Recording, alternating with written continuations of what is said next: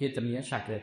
Adabiyot xalqning madaniyat darajasi tafakkurining adabiyotni ifodalovchi vositaga aylanadi. Bularning munosabati asos va shakl, manba va natija, xomashyo va mahsulot tarzida bo'ladi. Ya'ni biz mahsulotni chiqarishimiz uchun nima kerak?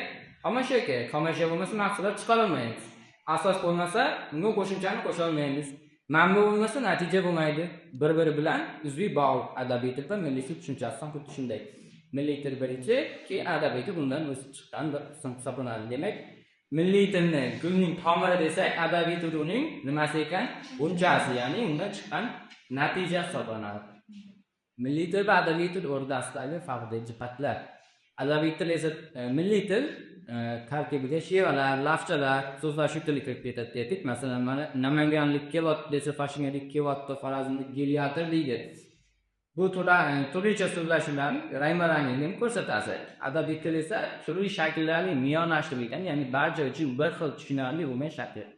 Adabiy me'yorda yuqorida so'zlagan muqobili kelyapti so'z hisoblanadi. Aytdiki, kelotdi, geliator deydi. Ularning muqobilini agar biz barchamiz uchun tushunarlisi hazırlatamlar. Tez ejamiz ishlab qoladi. Bunda bo'ychamiz.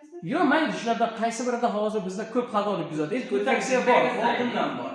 Men konsultatsiyada ko'proq keyin grafikalar yozuvda ham bizlar aqlliliklar bor, keyin imloda ham ko'proq kuzatiladi shu cherasida. Keyingi o'tkazib qayerlarga 9 dedimi? O 9 ta talaffuz endi buni cheklab bo'lmaydi, bevosita milliy tilimizdan bog'liq u she'rga kitob deb aytaveramiz, uni yo'qotib bo'lmaydi. Masalan, yena deganlarni yo'qota olmaymiz. Leksimat me'yor biometri tayin.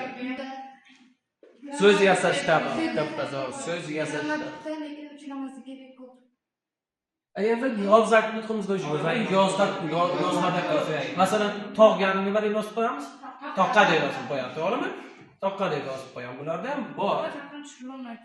Shu bor bo'lgan bir raqamga yozib bo'lsa. Bo'ldi, davom etamiz.